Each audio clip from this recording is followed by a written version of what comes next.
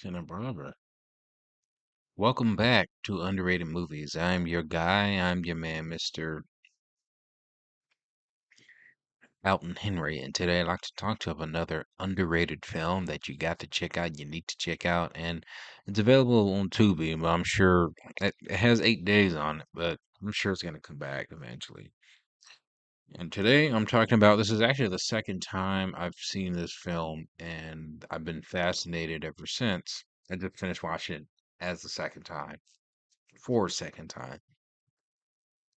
And that is Robert Eggers' The Lighthouse, starring Willem Dafoe and Robert Pattinson. It's a simple story about two lighthouse keepers who are marooned on a lighthouse, an island, the lighthouse. And the two go madly insane and try to survive while stranded on the island. And this is a fascinating film because the film doesn't really explore anything that really goes uh, on the outer skirts of what is happening on this island. Robert Pattinson plays a man named Winslow who supposedly has a dark secret. His secret, which I won't reveal, basically he is running away from his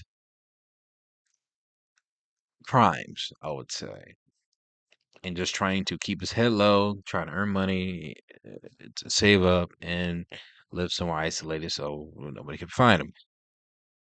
Thomas, played by Willem Dafoe, is a very abusive lighthouse keeper who also has a dark secret. So these two have two dark secrets, and the two of them kind of go at it.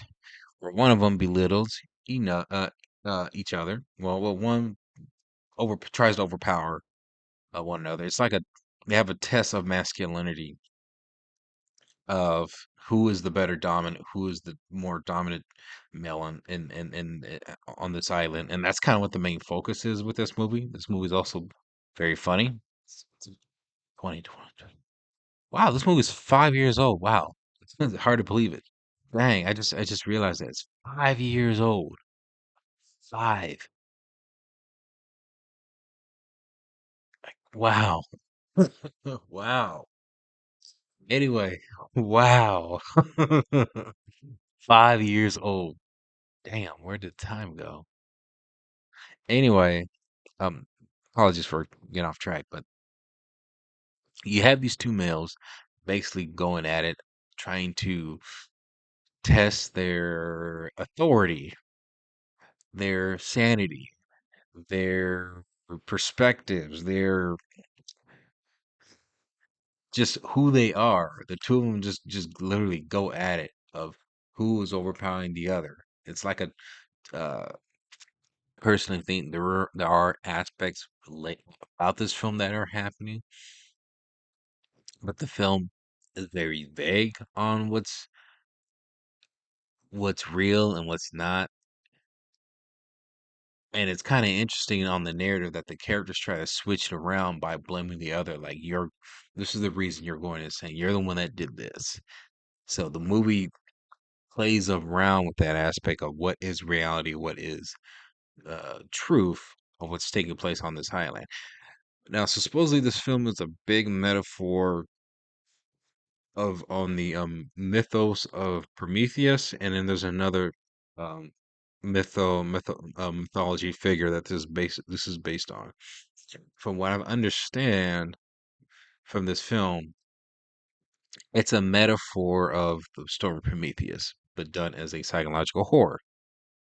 And I get the story of Prometheus is where, and I could be wrong, um, where he tried to I think he tried to overpower Poseidon. I think was it Poseidon?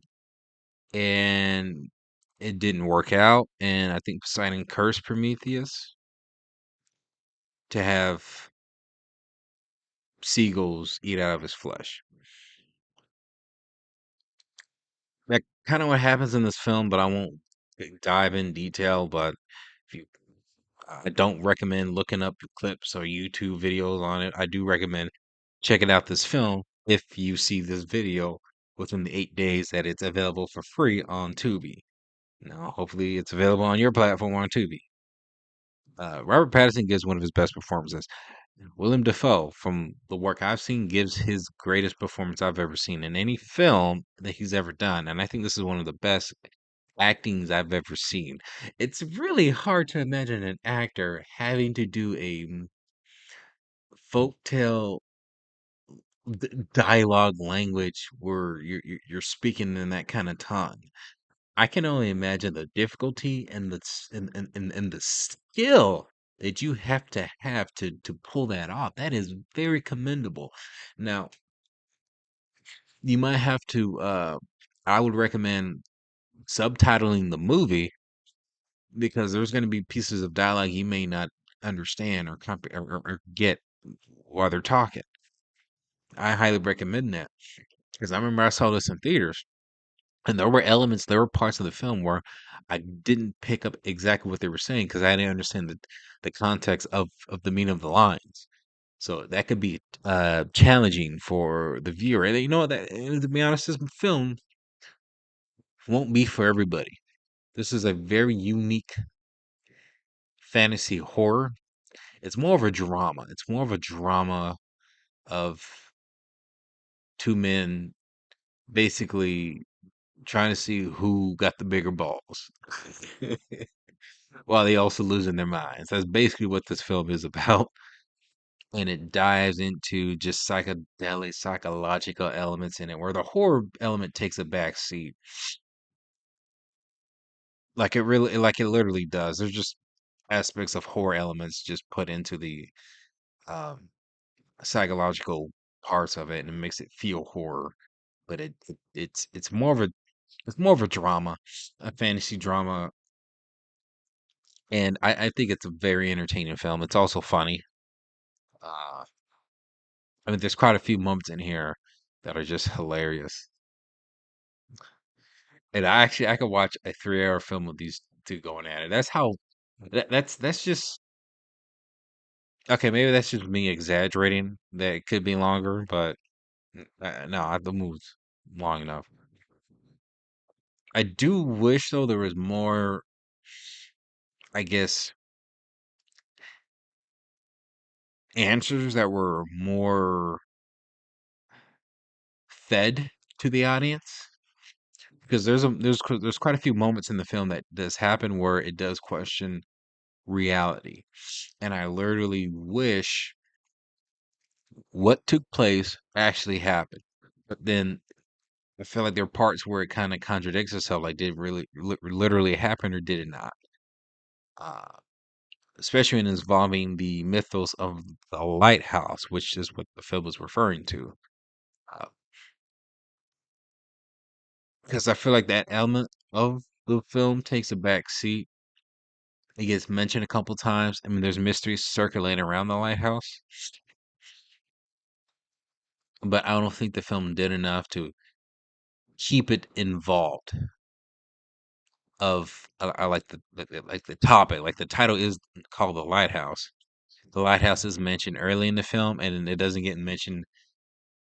Like it gets mentioned a bit the first 30 minutes, but then it gets mentioned a little more, kind of like an aftermath, literally in the last 20 minutes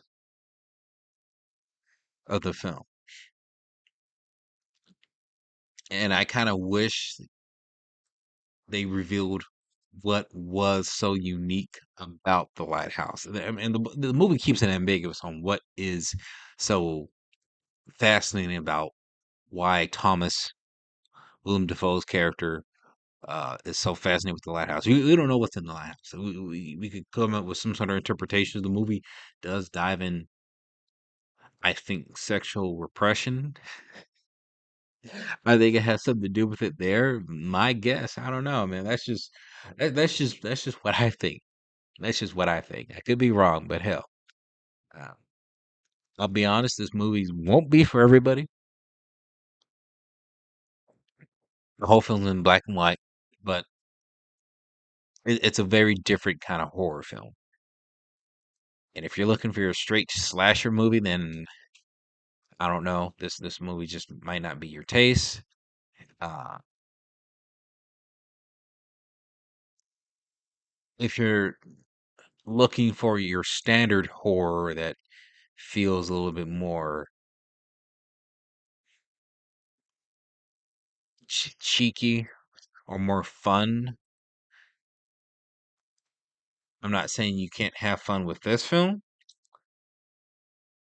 but it's a very dialogue heavy film that's incredibly horror element, like I said. But I do recommend this for A24 fans. Anybody who's A24 fan has probably seen this, but I will say if you do watch this film, and I do recommend you check it out, be open minded because you're walking into a very different experience. Okay, The Lighthouse. Have you seen it? Comment below. Let me know if you have, and let me know what is your favorite underrated movie and why'd you spill your beans.